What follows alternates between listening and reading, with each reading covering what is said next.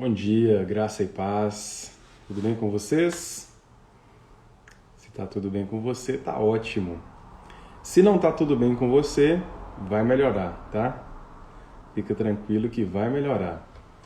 O pastor Horácio ele tem repetido várias vezes e é importante, né? A gente tá repetindo até para nós mesmos, a gente, você e eu repetimos também, que o melhor de Deus está por vir.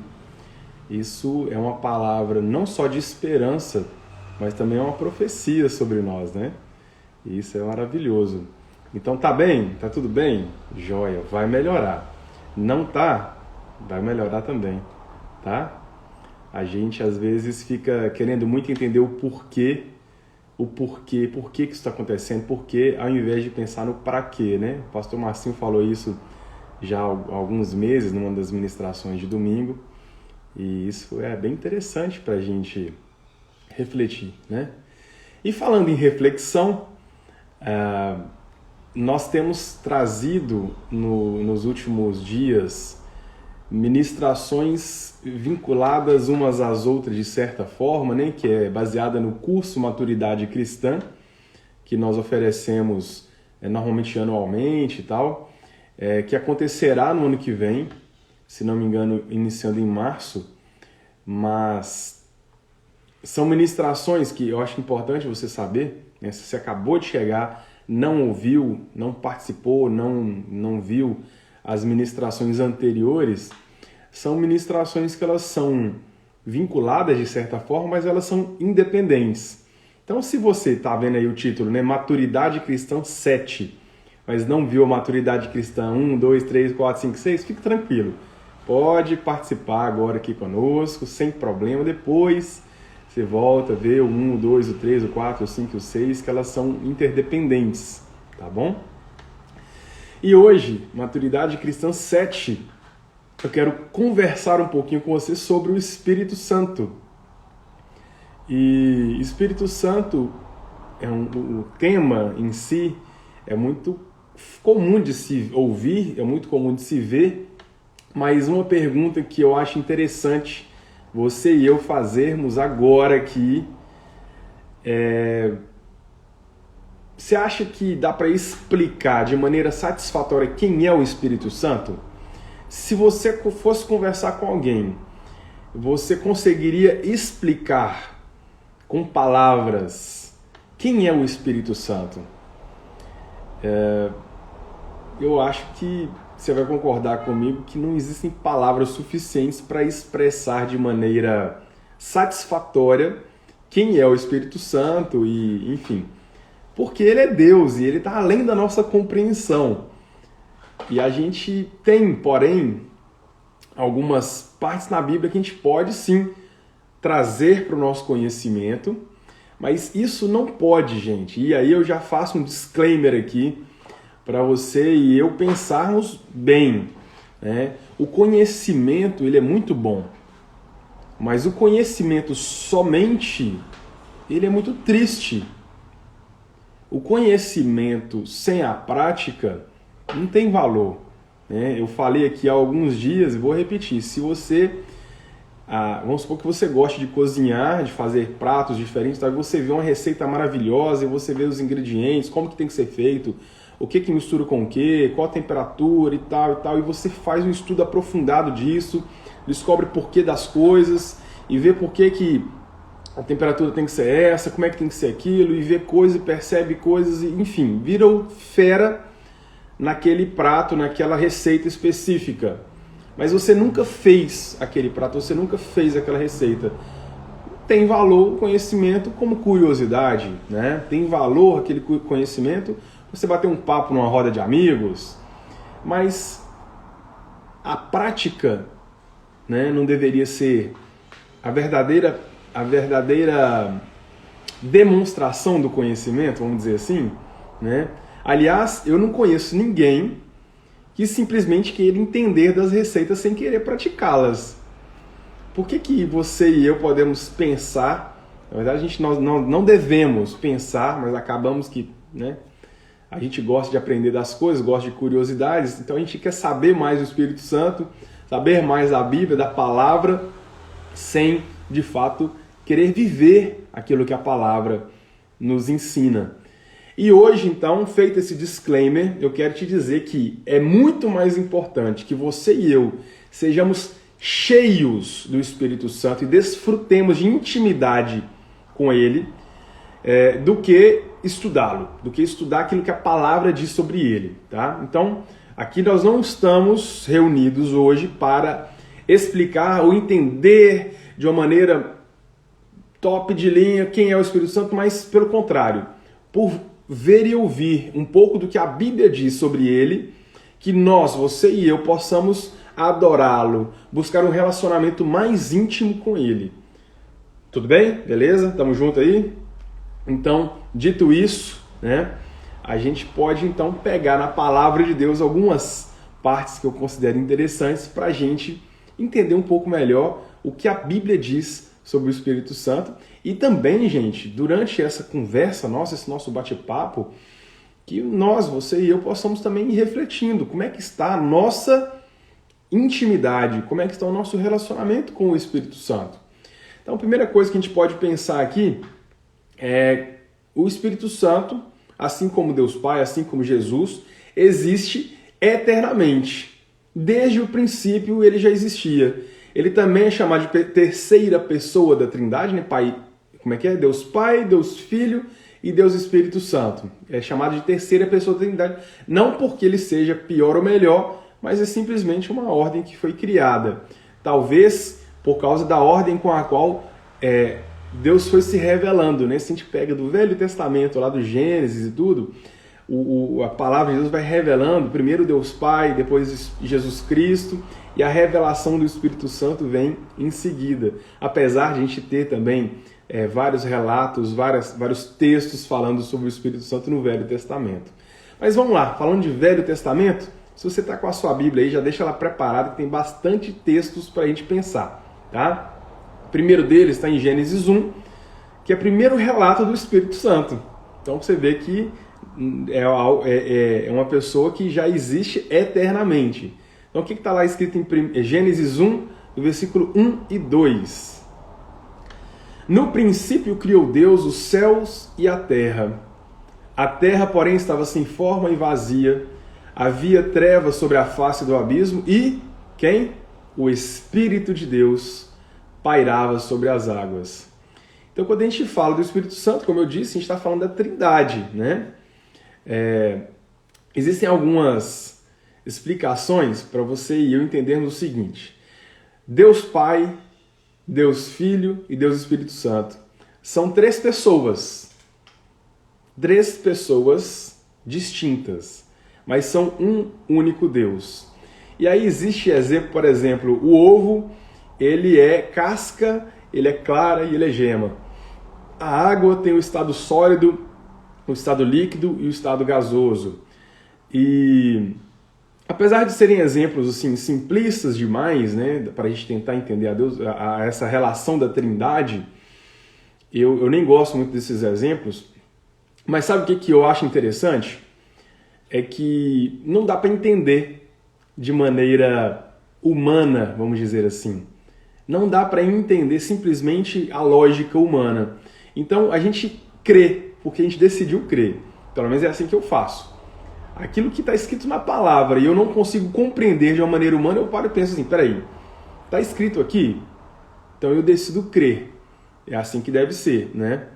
E então a gente crê, porque a palavra diz que o Espírito Santo é Deus, Deus Pai é Deus, Jesus é Deus. Um só Deus, três pessoas, tá? E a gente crê, é fé, tá bom? Bom,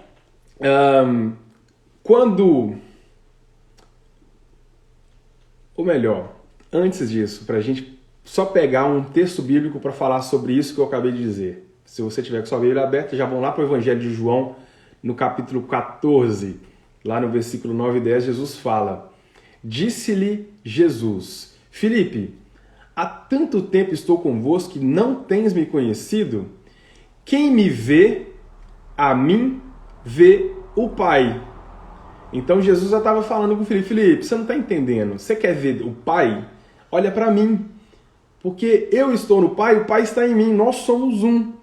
E assim é Jesus com o Pai, Jesus com o Espírito Santo, o Pai com o Espírito Santo.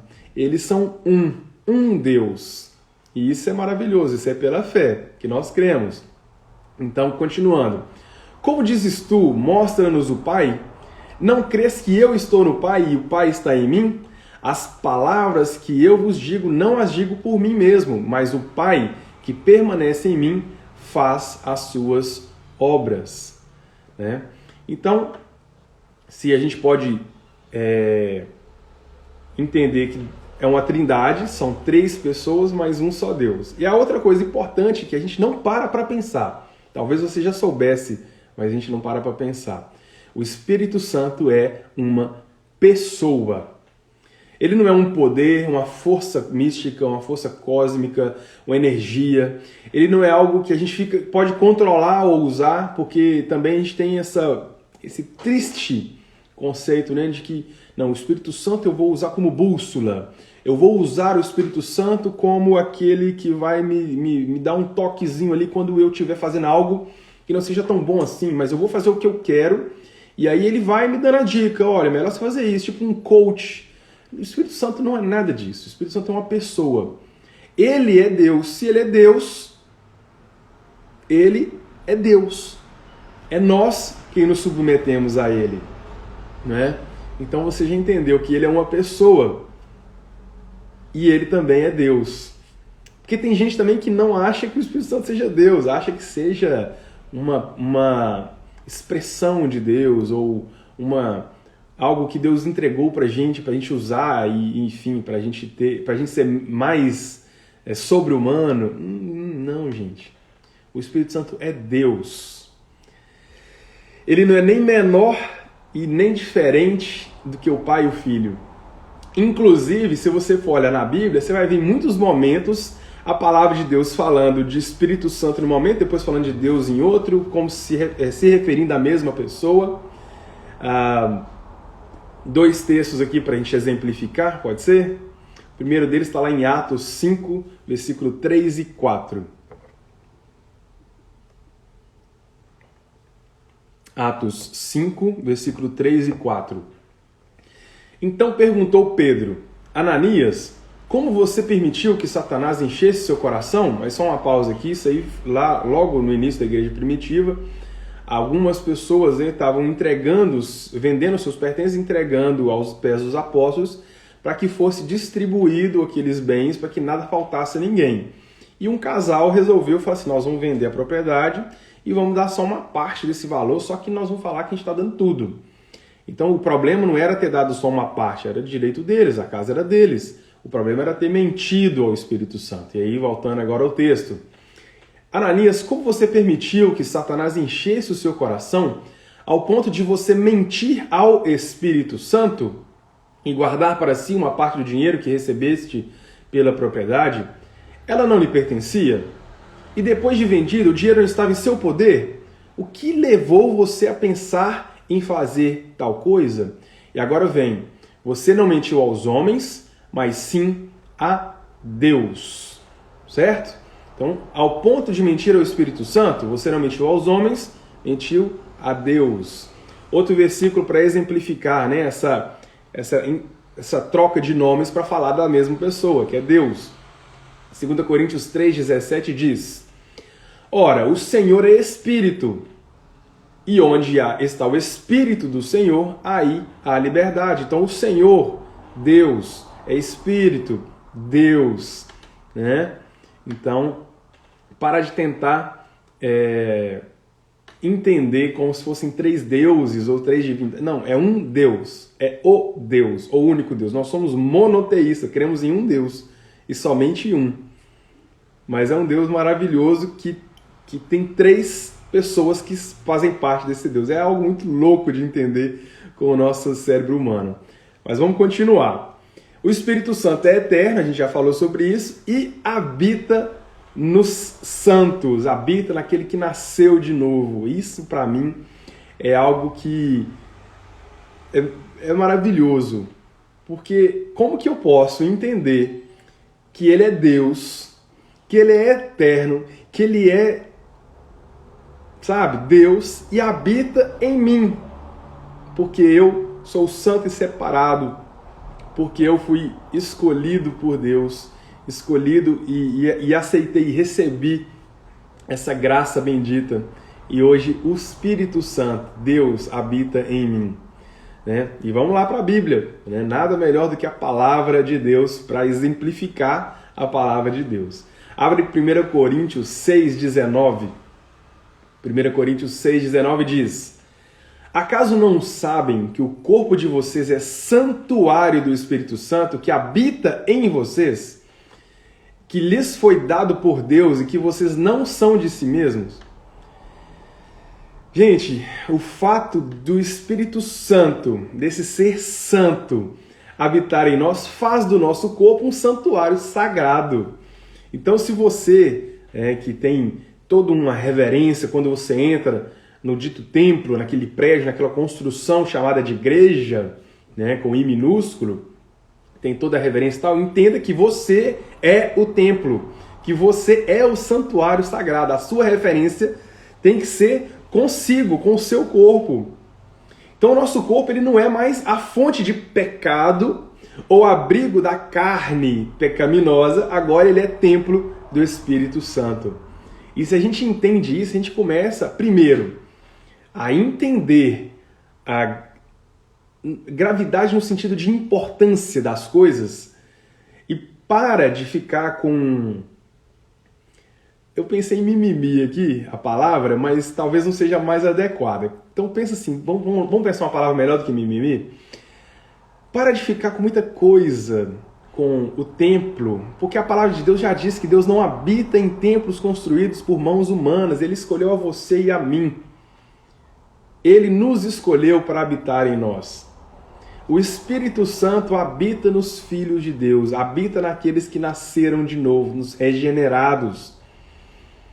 E se você quer entender um pouco melhor sobre ser regenerado, tem lives aí para trás para você ouvir um pouco mais sobre isso. Nós falamos um pouco sobre isso no Maturidade Cristã 5, né, onde eu estive com vocês falando sobre esse assunto. Mas entenda, o Espírito Santo habita em mim e habita em você se nós já nascemos de novo. Somos santos, separados. Outra coisa que você e eu precisamos entender também, o Espírito Santo tem emoções, como a pessoa que ele é. Pessoas têm emoções, o Espírito Santo é uma pessoa, ele tem emoções. Quer ver como? Isaías 63:10 e Efésios 4:30. Dois versículos importantes para a gente entender isso. Primeiro Isaías, vamos lá, Isaías 63:10 diz: apesar disso, eles se revoltaram e entristeceram o seu Espírito Santo. Então o Espírito Santo pode ficar triste, né? Efésios 4:30 diz: não entristeçam o Espírito Santo de Deus, com o qual vocês foram selados para o dia da redenção. Não entristeçam o Espírito Santo, sabe? E mais importante do que a gente saber é a gente refletir. Temos entristecido o Espírito Santo? Ô John, mas quando que eu entristeço o Espírito Santo? Quando você faz a sua vontade ao invés da dele. Porque se nós sabemos que a vontade dele é boa, perfeita e agradável, é a melhor para nós e optamos por ignorar a vontade dele, porque a gente crê, mas sabe, a minha vontade é o que eu quero, então nós não somos mais nossos, se nós já nascemos de novo. Somos dele e vivemos para ele, por causa dele, por meio dele. Continuando, o Espírito Santo, ele é Deus, a gente já falou sobre isso, logo ele é onipotente, onipresente e onisciente. Onipotente é que pode todas as coisas, onipresente é que está em todos os lugares. Esse mesmo Espírito Santo que habita em mim, habita em você. Ele é onipresente, ele é onisciente, ele sabe de todas as coisas. E aliás, antes da gente ler 2 versículos aqui, 2 textos, saiba que o fato de Deus ser onisciente, saber de todas as coisas, para mim é um grande alívio. Imagino que deveria ser para você também. Como assim, John? Ele vai saber das coisas que eu faço? Justamente ele sabe de tudo que você e eu fazemos.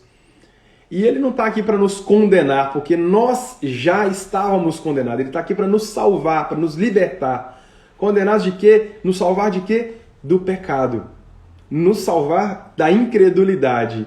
Nos libertar da vida de pecado, da prisão que é a lei do pecado. E ele, sabendo de todas as coisas, sabendo de tudo a meu respeito e a seu respeito, não cabe a mim mais tentar enganá-lo, tentar omitir, tentar falar o que não é verdade. Sabe, gente? Se a gente entendesse de fato que o Espírito Santo, que Deus é onisciente, nós deixaríamos de ser religiosos. Religiosos no sentido de falar uma coisa, viver outra. Buscando enganar até a gente mesmo. E costuma às vezes a gente enganar só a gente mesmo. E os nossos frutos serem frutos de injustiça e não de justiça. Não vale a pena. Se você crê na palavra, ainda está vivendo dessa maneira, para e reflite. E reflita se você realmente entende, né, o que você ouve. Vamos ler Salmo 139, do versículo 7 ao 10 primeiro, para a gente ver um pouquinho sobre essa onipotência, onipresença e onisciência do Espírito Santo. O salmista diz: para onde poderia eu escapar do teu Espírito? Para onde poderia fugir da tua presença? Se eu subir aos céus, lá estás. Se eu fizer a minha cama na sepultura, também lá estás. Se eu subir com as asas da alvorada e morar na extremidade do mar, mesmo ali a tua mão direita me guiará e me susterá. Isaías 40:13 diz: quem definiu limites para o Espírito do Senhor? Ou quem instruiu como seu conselheiro? Gente, isso é maravilhoso demais da conta. E aí, para a gente caminhar já para o encerramento, eu queria fazer uma outra pergunta. Esse Espírito Santo maravilhoso, que a gente já entendeu que é Deus, que é uma pessoa com sentimentos, com emoções, que nos ama, é uma pessoa que habita no Filho de Deus, naquele que nasceu de novo, naquele que é regenerado. Ou seja, você e eu, assim cremos. Mas como que ele age na igreja, no corpo de Cristo? Como que ele age na sua vida e na minha vida? E aí, eu quero, no curso Maturidade Cristã, né, onde nós tratamos desse tema e dentre vários outros, a gente tem mais de 1 hora, se não me engano são 2 horas ou mais, dependendo da lição, para tratar desses assuntos. Então eu não vou agora, não tem como usar todo o material, mas é uma pincelada até para dar um gostinho de quero mais, né? Mas como que o Espírito Santo age na igreja hoje? Primeira coisa, ele declara a verdade sobre Cristo. E eu quero ler esse versículo com você que está em João 16, 13 a 14. Tá? Quando o Espírito da verdade vier, ele os guiará a toda a verdade. Não falará de si mesmo, falará apenas o que ouvir. E lhes anunciará o que está por vir. Ele me glorificará, Jesus falando, porque receberá do que é meu e o tornará conhecido a vocês. Então ele nos revela a verdade, ele declara a verdade sobre Cristo a você e a mim. Ele nos edifica, ele traz a revelação da palavra. Muito mais do que letra, revelação. E isso é maravilhoso. Então se você não está entendendo muito bem o que você está lendo, o que você está ouvindo, sabe quem que pode revelar para você? Não sou eu. Não é a minha didática. Não é a didática do pastor Horácio, do Jean, ou dos pastores Márcio, do Léo. Não. É o Espírito Santo. É Ele quem traz vida. Então você já sabe a quem clamar, porque Ele está te ouvindo agora, Ele está nos ouvindo, né? E sabe o que é mais legal? Ele está ansioso para nos abençoar, ansioso para se relacionar comigo e com você.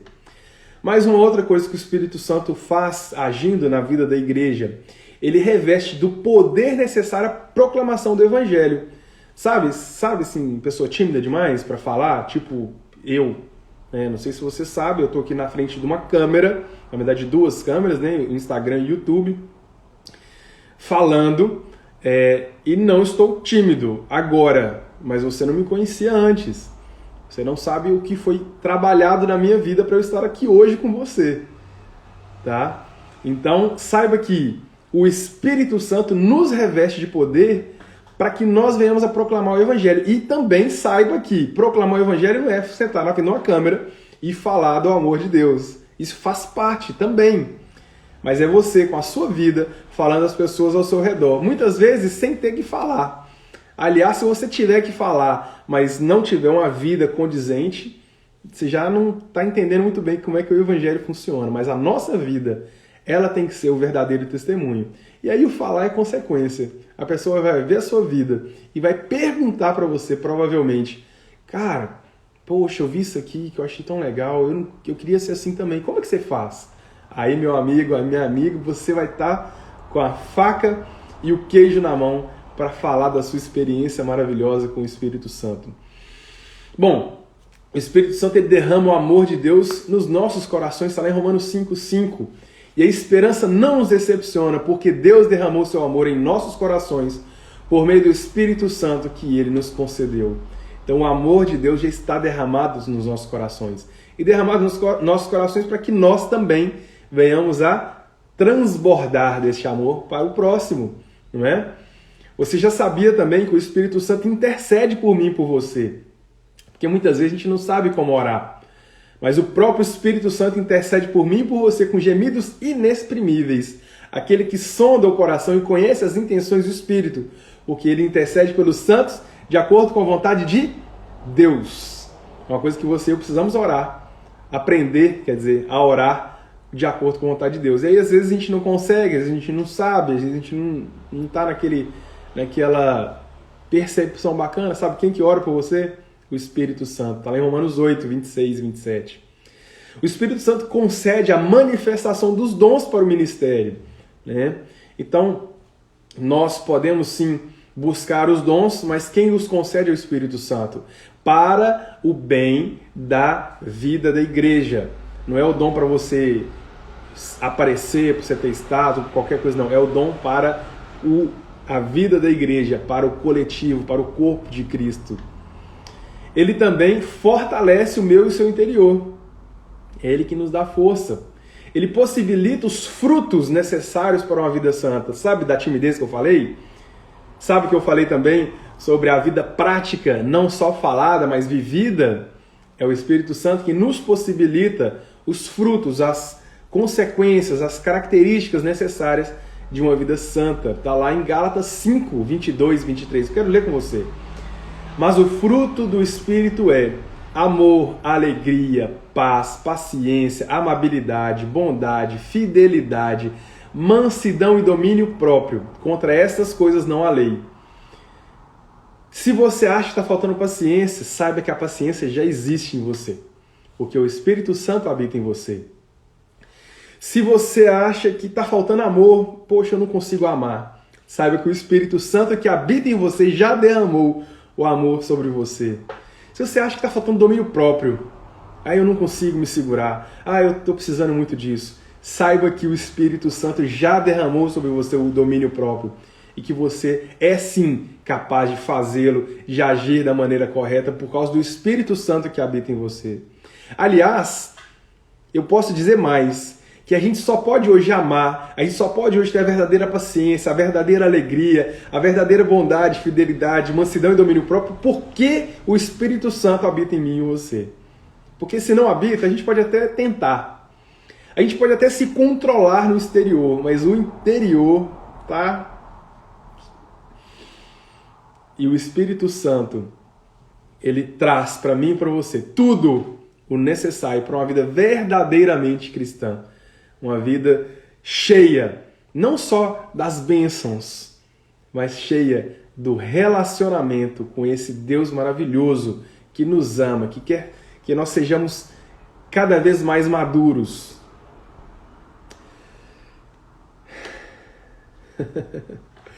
A gente precisa aprender muito sobre o Espírito Santo, não é?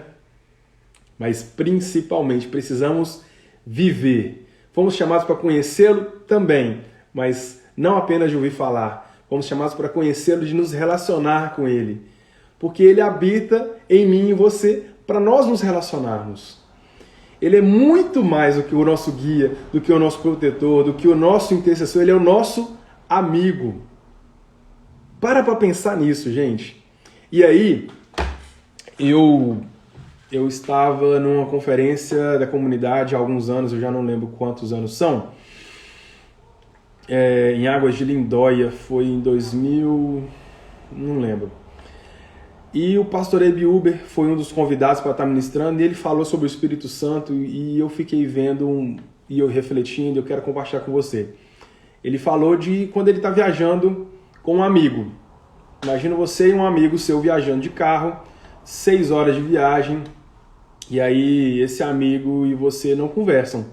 Vocês ficam em silêncio a viagem inteira. E seu amigo talvez até tente falar alguma coisa com você e você não responde, você ignora. É chato, né? Que amizade é essa? Dá para perguntar, não dá?